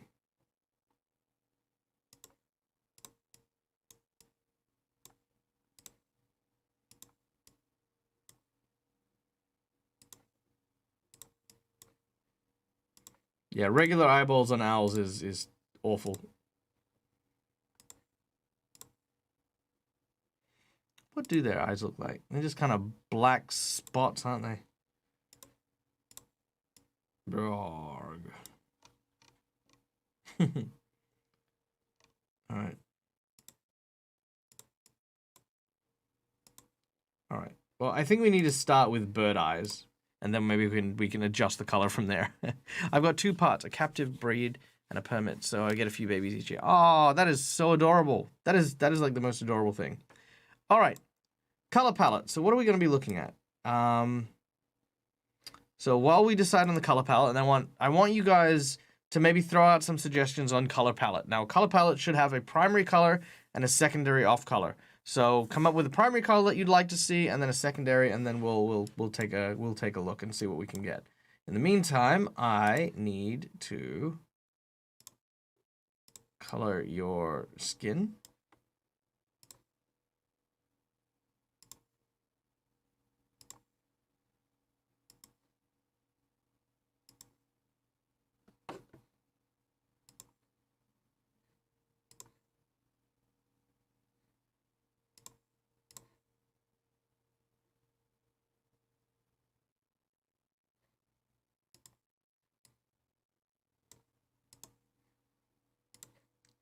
Maybe a slightly off-white. Yeah, that one's better. I like that. Yes, I like that better. Good. Primary dark blue, secondary yellow, or black as a secondary. That's a good one. I like that. Now, I believe that the request for mana potion was made. So I think... let's see. Maybe just a mana potion there. Nice little splash of that.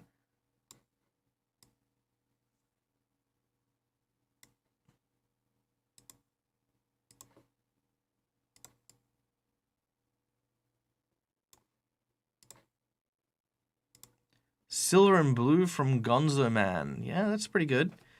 Azrael, the Fallen One. Primary silver, secondary gold trim. Okay. Well, there's a couple for silver, and then a dark blue, and then there's a lot of dark blue vibes. So what if we went with for the primary we went with like kind of like a darkish blue, right? And we kind of hit our secondary trim with that.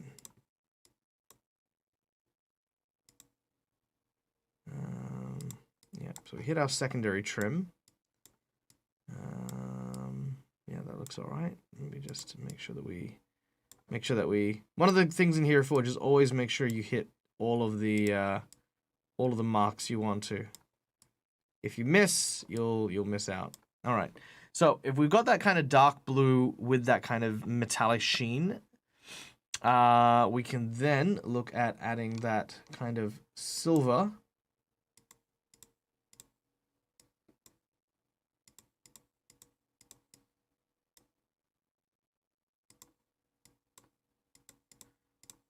To our main overlay.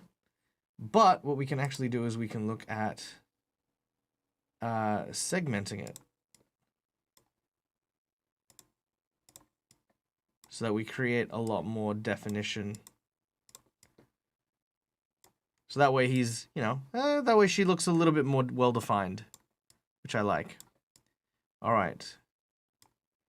Now, I've always been a fan of black, so I think that's definitely a good call there. So let's add in just some black elements there. So there's black to that.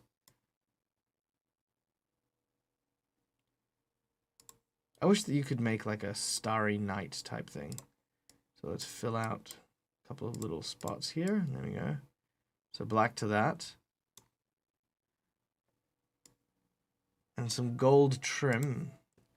So let's add in a couple of little gold accents, because I think that'll be nice. So some gold there. Yeah, just a tiny touch, not so much that you would really overly notice, but enough that you could, enough that you know it's there. All right, as for the sickle, let's get that wood going. Plus, let's get more of that silver.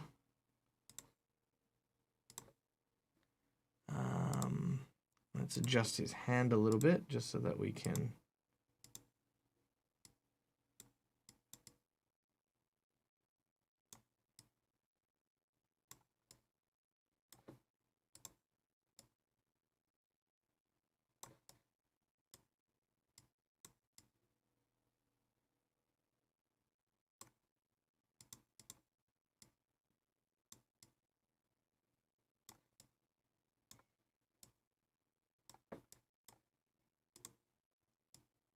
Just so that it's not cutting too deeply into the hand there. The magic orb look like the moon. Yeah, we can do that. Let's make the magic orb here. So maybe we want a glowing white. You know what I mean? And then what we can do here is we go into mix, get that color, and just turn that into a white with maybe just a subtle hint of blue. Just not enough to cover the whole thing. You know what I mean? Like you can still see that most of it's still white, but just a little bit of that blue. We can't texture it. That might be a little bit tricky. Oh, but you're gonna make me try. Okay, hold on one sec. Let's try to make it a little bit pot marky.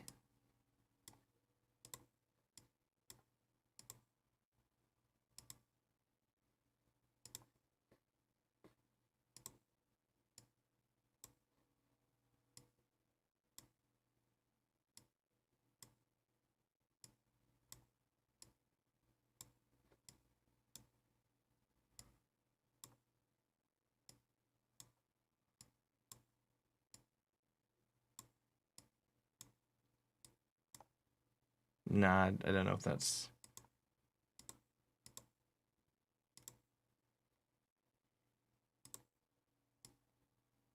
Does that make it look more moony? I don't know.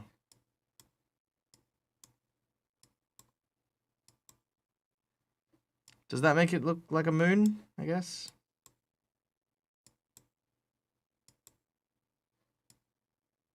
What do you guys think? Does that make it look like a moon?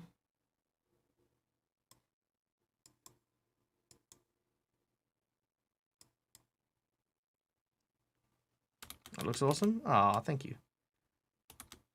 All right, let me go back a little bit. There we go. Yeah. Okay. Cool. That kind of looks a bit like a moon. All right. Sweet. There we go. So we have our moon. Cool. All right. So I mean, I think that's starting to look really, really good. The last coloration that I want to look at, and it might be fine the way it is the undershirt. So the undershirt, which is this area here, right? That's kind of what I want to look at what color do we want for the undershirt. And I think someone mentioned yellow before. So I'm just going to try a like just different kinds of like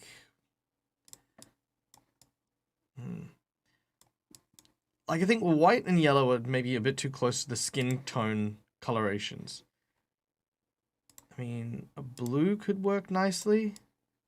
Like, you know, highlight that a bit more.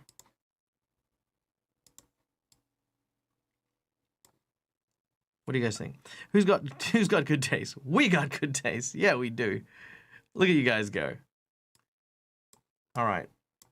So yeah, undershirt color. What are you guys feeling? What are you guys vibing?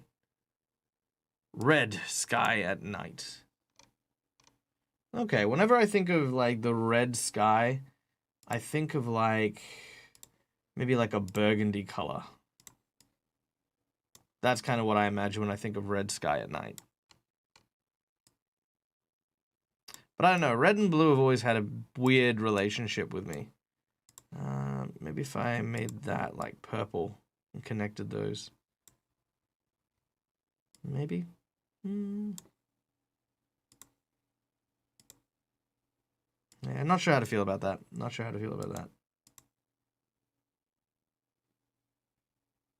I think the light blue worked better. So like that one.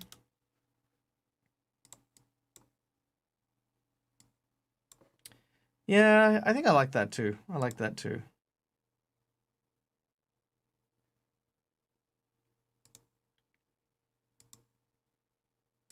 All right. Any other suggestions before we lock that one up?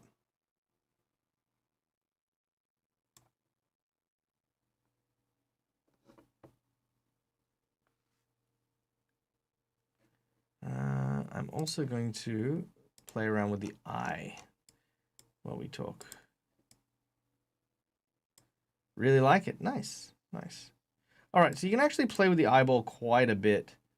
So, for example, you can change the iris size.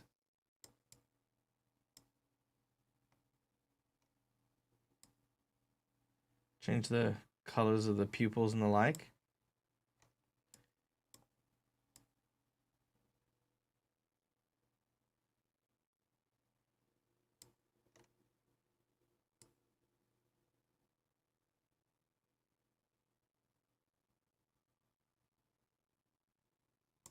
Pika approves of the birdie too. Yay! All right, we can also add a glow. Ooh, yeah, glow. That's what I need. And then maybe for the iris. Let's see.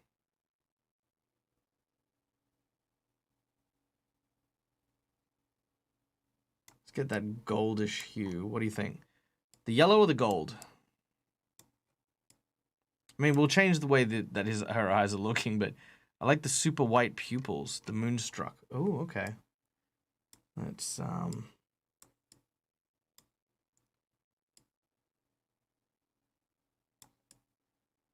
that's kind of badass. Gonzo Man, I think you're onto something there. I think that looks pretty sick. What do you guys think?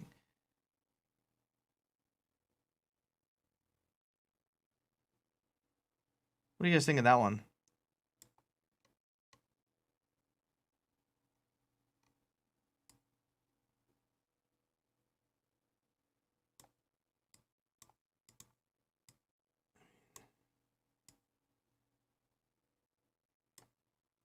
Yeah? All right. So now the most important bit. Let's get the face looking right.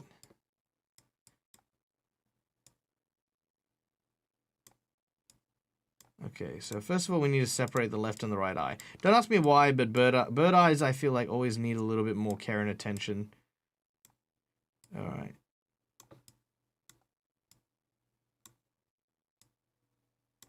Okay.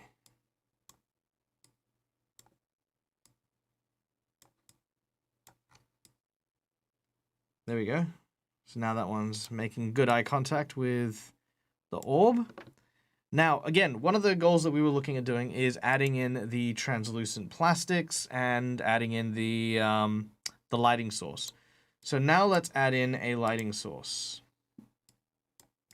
which I think needs to be on the blue spectrum with a little pale.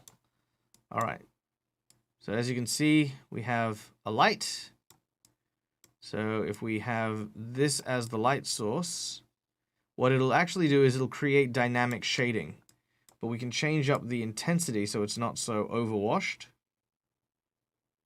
Right? We can add like a blue hue there. Maybe a darker blue. There we go. We can also change it to dark magic. But that's, I don't know, I haven't found a reason for that one yet. Okay. Okay. Now, the shadows, as you can see there, you can see kind of like on the arms where it starts to darken based on where it's where the exposure's going. That is super important, I feel, and I am very pleased with how that's looking. All right. So we've got some of the lighting effects. So I guess the next thing here is oh, actually, you know what? Let me just very quickly.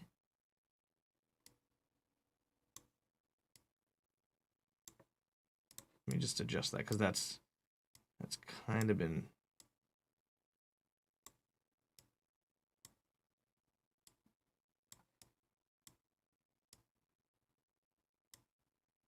There we go. And then I just need ever so slightly. Sorry, this is just one of those little things where I just do the micro adjustments. All right. And the eyes.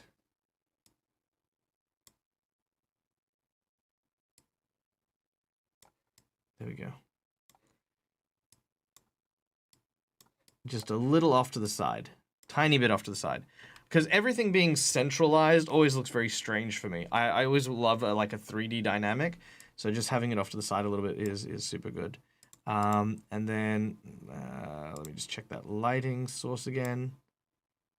And that way, if I move it off to the side, when we print this model, which we are going to print all of the models that we make on Legendary, we will actually get to see literally the contrast between light and darkness between them. The Moonstruck Pilgrim. Oh man, you know what? That is so cool. I'm just giving that his name right now. Legendary Moonstruck Pilgrim. Done. That is his name now. All right. I guess the last thing is the translucent element. For that, I think we can look and lean on the base. So let's add some stuff here. Poop. Awesome. Can I not have anything else? Is it just poop? No, there we go. Okay, good. Okay. Crystals. Crystals are nice. Candles. Candles are also nice.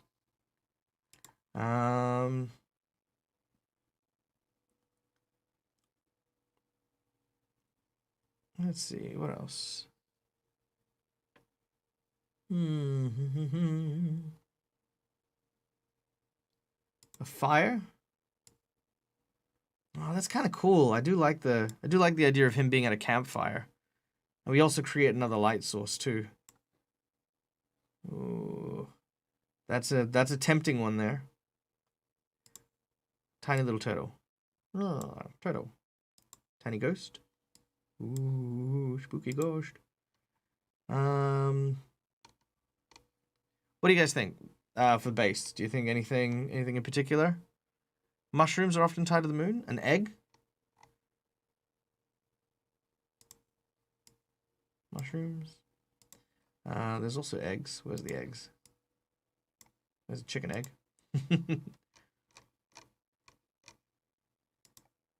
Another crystal ball.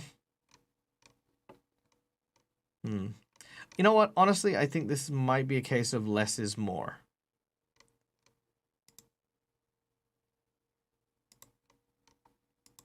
Large egg. You know what? I think, yeah. Would the Moonblade be able to turn translucent like a Moonblade magic? Oh, okay. Oh, I see what you're saying. Okay. Let's just very quickly before I forget to paint this up real quick. Polished marble. Gray slate. Sandstone. Bone. Teeth. Nope. Rotting bone.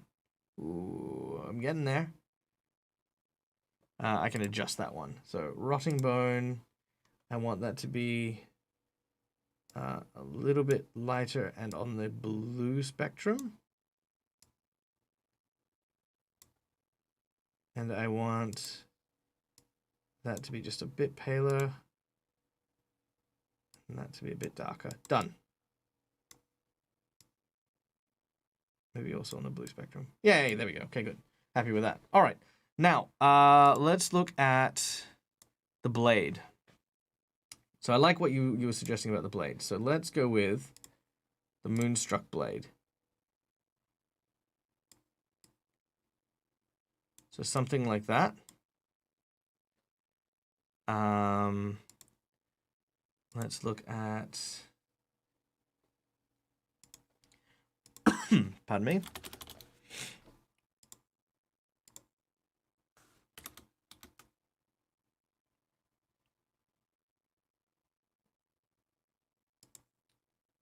Okay, so a sickle doesn't actually give me magic spell options. But that's fine. Let's play around with this because again, one of our objectives is to see what the translucent is going to do. So transparent plastic. Okay. If I'm being honest, I don't think the transparent plastic is going to do much here. I mean, maybe if we convert the whole thing.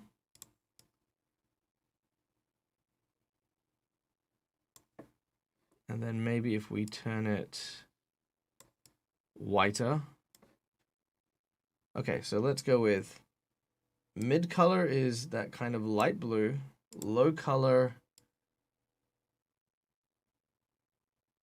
I don't think there's much of the low color. High color.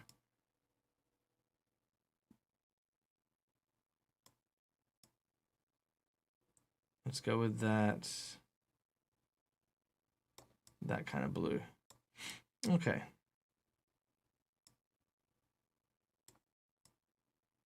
I can't really see much difference there.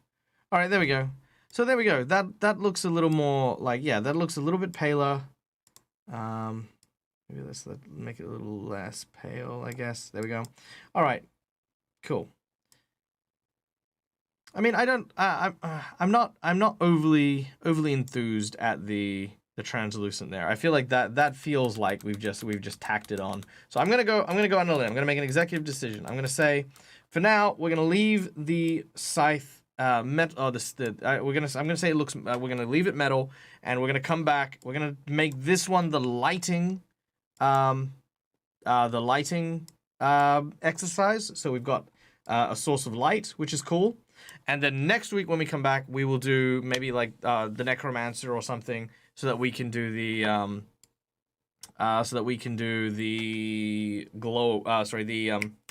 translucent plastic. We'll do that one later. All right. In the meantime, that is that. Let's save our work, of course. Saving the work is very important. And here you have it. We have our snowy owl pilgrim of the moon. That is sick as hell. And you know what? There's only one thing I would like to change, and that is just for a little bit of variation. Let's add a health potion. Oh, and we forgot to do that. Sorry, that's entirely my bad. Entirely my bad. I was way too quick on the draw there. Yeah, there we go. Because we didn't color the strings here. So again, always make sure to check your colorations and stuff. Also, good morning, McBluff. How does it cost? How much does it cost to print the figures? Well, we're gonna go through that in a minute. So stay tuned, as we will talk about that in just a moment. Okay, there we go. There's that. There's that. There's that. Done. Okay, cool. So there we go. So always make sure that you're, always go over and make sure that all of your colors are exactly where you want it and that you have no spare white spots like that. They do show up. Trust me, 100% they do show up. All right. So how much do these cost? Well, Hero Forge Minis, as if we go and purchase them, have the following prices. The regular plastics are $20, which I think are decent. They're pretty much exactly what you would expect from like a Reaper mini or any other type of mini, and at that price, that's what you should be paying for. Keeping in mind, you would pay that price normally for a miniature that hasn't been customized by you to this degree. Also, little caveat: if you are buying a Hero Forge mini, take your time with it. Don't just go to a preset pose and just throw something in there. It's a custom mini. Someone is making the time and effort to design this just for you, so take the time and make it something that's going to be perfect for you. The premium plastic is the very popular hot card item. I've got to say, hands down, I can vouch for the premium plastic more than anything else. I've been using it for years. It's $30 for the actual premium plastic. You paint it yourself, and it looks great. This being said, some people don't have time to paint, which is me. And I look at that as $30 for premium plastic. I think that's decent value. I think that's something that I would definitely buy, especially if I like to paint. But I could pay some guy to print this out, already painted in exactly the way I want it to, for an extra, $14. That for me is value for money there, because I don't need to spend money on paint. I don't need to spend time. I don't need to spend resources, and my character comes ready to play.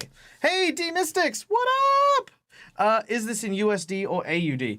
It is in USD, so do be careful with that. It is a USD site, so these are those prices, which I think for Australian conversion would be roughly about maybe $27, $28 for the plastic one, about $35, $36 for the premium, and then like you're looking at like close to $50 for the plastics. But again, you would be buying it for the customization and the level of detail that you can put into it. That would be the big thing.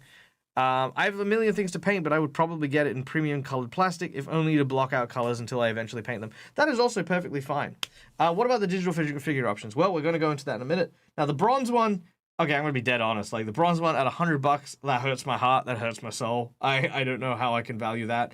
I would love to buy one just for like an anniversary gift or something, but yeah, it's bronze. And from what I've seen at like conventions and stuff, they look very robust. Pre-painted, this one is $150. Now, unlike the colored plastics, the colored plastics aren't bad. Let me go grab one real quick. I'll be right back. Let me go grab one.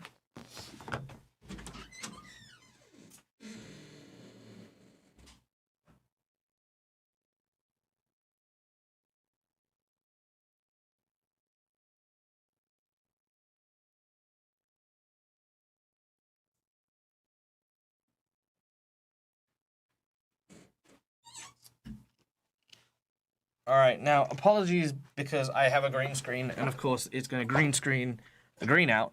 But the color plastics that actually come in these, come on, please focus. I ask for very little in life. Okay, 1 second. Let me try it this way.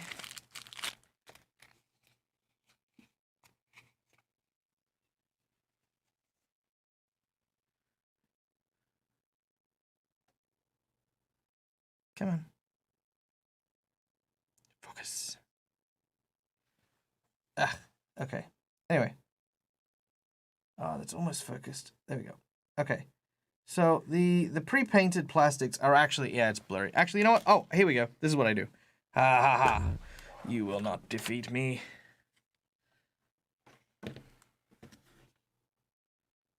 All right, there we go. All right.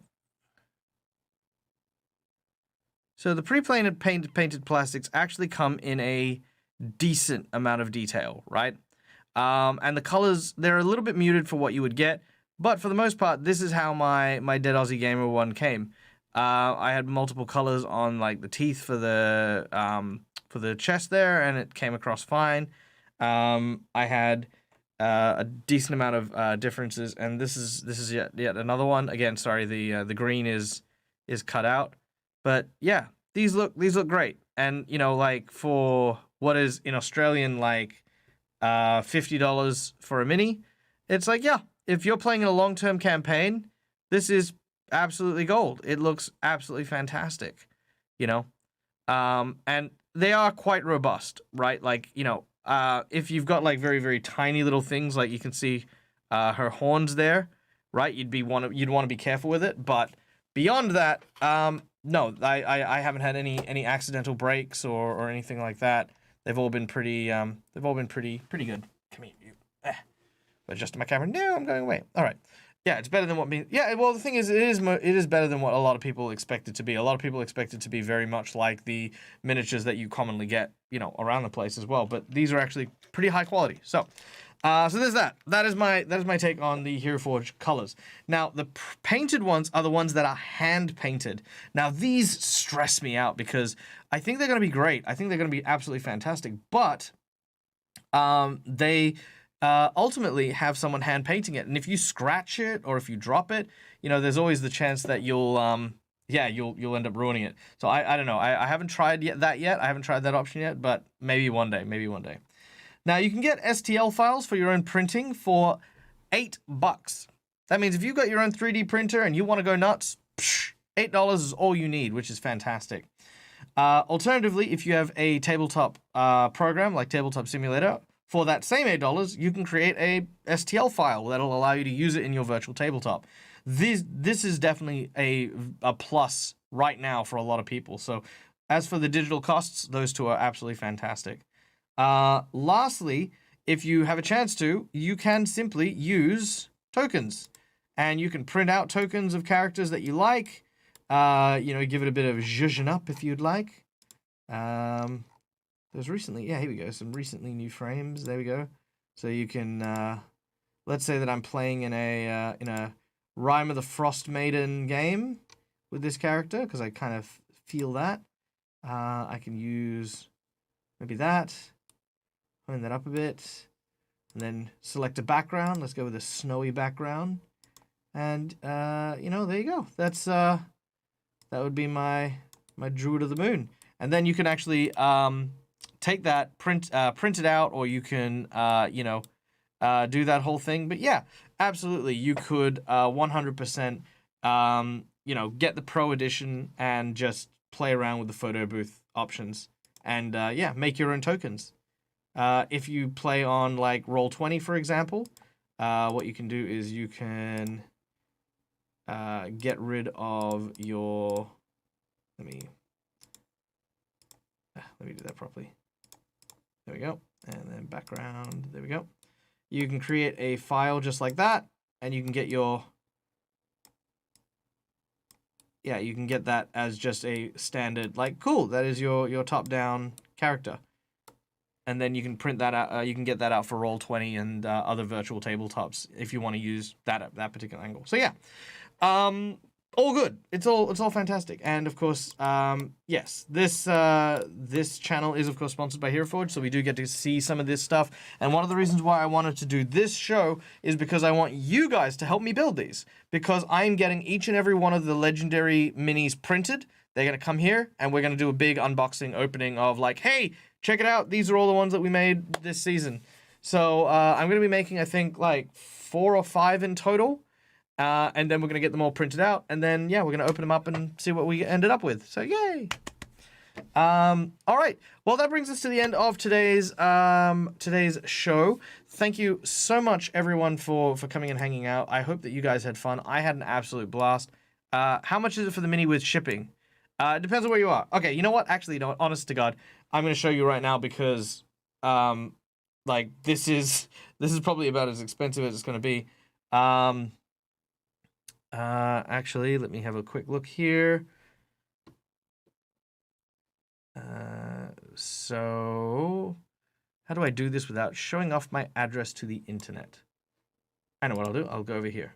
Okay, there we go. Ah, perfect. All right. Hero Forge. There we go. Dun, dun, dun, dun. Buy. Color plastic. Okay, miniature is not fully painted. That's fine. View carts. Okay, so shipping is, for me, roughly estimated to about $8. If I get it to my location, yeah, roughly $8. Oh wait, nope, $20. Wow, yeah, $20 difference. So that is because I live on the other end of the world and no one ever lives over here. So the rough estimate is $8 for shipping, but it is $20 for to get to literally the most isolated city in the world. So there you go. That's how much it costs. Cool. Sweet. I think we've answered questions and the like. We are now going to go and jump and raid one of our friends who is streaming right now. Epic NPC Man. Yeah, let's go raid Epic NPC Man. Guys, if you haven't checked out, these guys are a wonderful group of the gamers in general, from the Viva La Dirt League crowd. He's currently playing Overwatch and hanging out, so we're gonna go and hang out with him as well.